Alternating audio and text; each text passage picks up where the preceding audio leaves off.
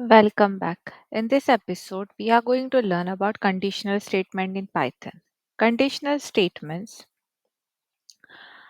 allow our program to make decisions just like how we do in real life. For example, if it's raining, we carry an umbrella. Similarly, in Python, we use conditions to control which part of the code runs. Let's start with the basic if statement. The if statement checks a condition. If it's true, a block of code executes. Let's see an example for it. Here we have written that we have defined a variable x that equals to integer 10.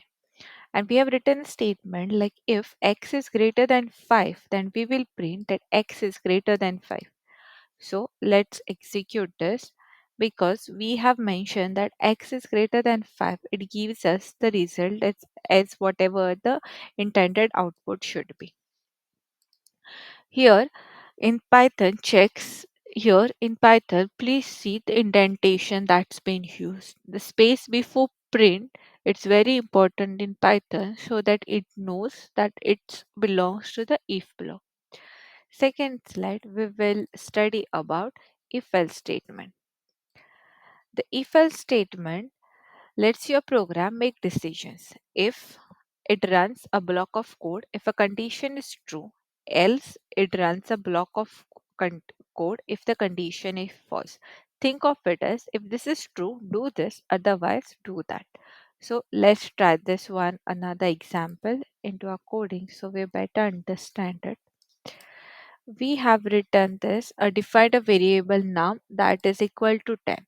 So as the statement is an if else, right? So we have mentioned here if number is greater than 0, print positive number, else print 0 or negative number. So let's run this. It's a positive number. Suppose if we change the contents in the variable and run this, it should give us a 0 or negative number. Let's also try mentioning -1, 0 or negative number. So that means if this condition was true, the code would have stopped here. But since this condition has become false, it jumps to the next line and it brings us this result. Here also we can see that indentation has been done so that code gets executed properly. Let's move on to our next line, that is what the elif statement. Elif state stands for else if. It allows you to check multiple conditions after an if statement. It runs only if the previous if or elif conditions were false.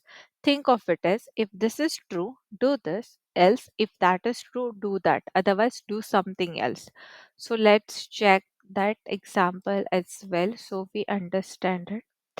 So in our code, we are writing this.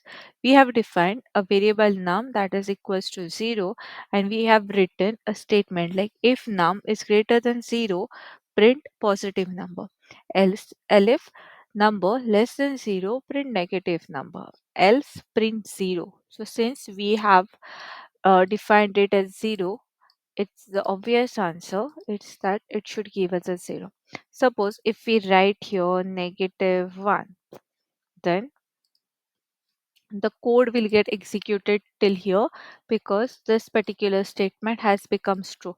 If we are mentioning it as +1, then as you know, the code will stop executing here because this particular condition has become true now. Okay, so let's move to our next line, that is nested if statement. So, a nested if is simply an if statement inside another if statement. It allows you to check multiple conditions one after another. Think of it as like layers of decision making. If this is true, then check something else. So, let's also give it a check for this one.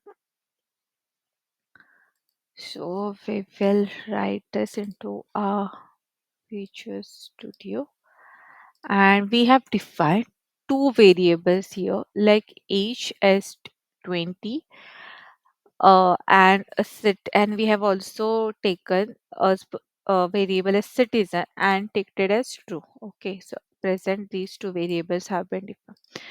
In a first if outer if, we have mentioned if age is greater than or equal to 18, then this particular block of code will be run.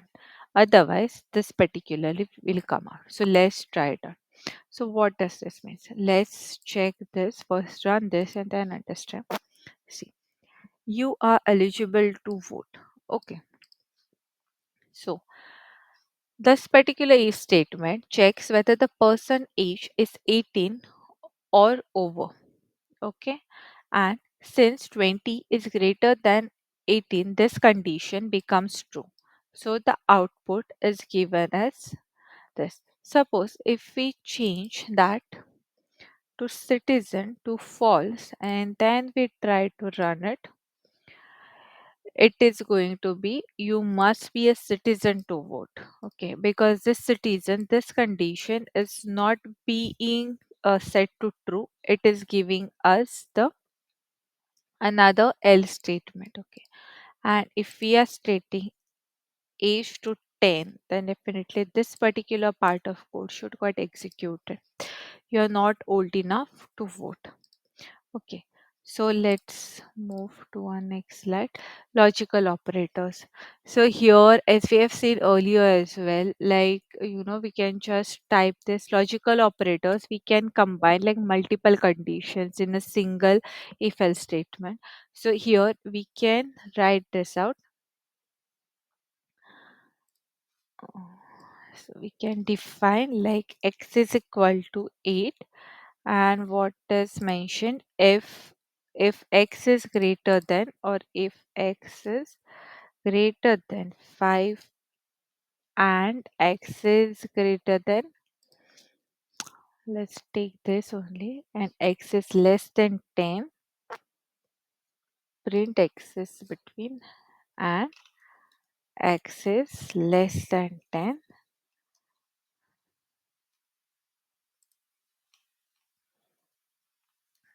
Always remember we have to end it with a colon, and print x is between 5 and 10.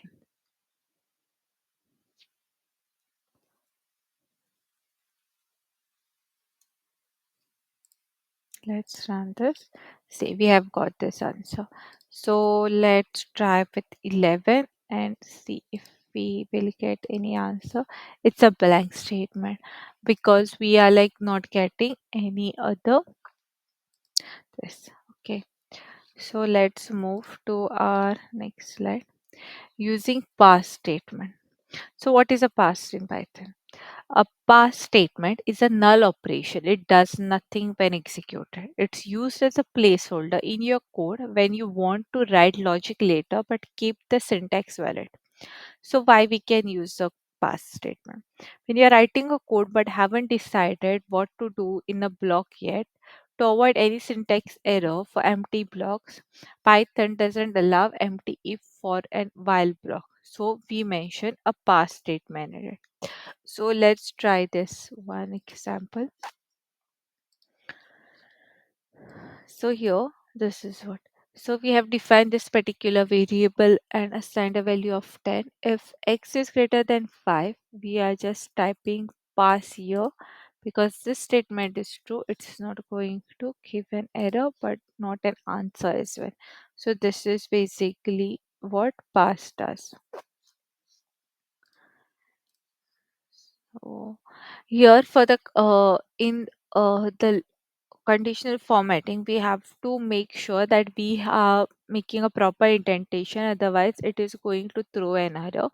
And instead of using like equal to, it should always be equal to for any for any value comparison, and misaligned code blocks. So once we do properly with the indentation, that it should not throw an error. So we have already seen this example, real life example, where we have like changed this particular value and we were like, you know, let's see if in the execution as we have seen it earlier. Let me just pull that code once again. Sorry. Okay.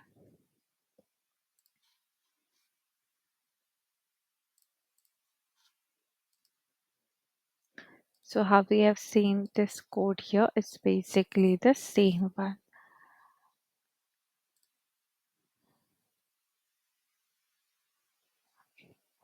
So in the next episode, we'll explore loops in Python and how to make your code repeat tasks automatically. Thanks for watching.